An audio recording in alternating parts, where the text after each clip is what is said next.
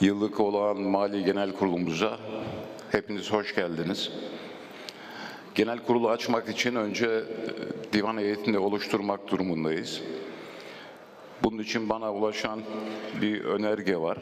Bu önergeye bağlı olarak o yaklaşık 10-12 imzalı.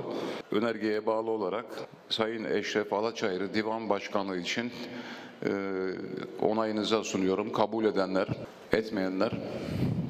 Evet, oy birliğiyle Sayın Eşref Alaçayır divan başkanı olarak görev alacak. Eşref Bey.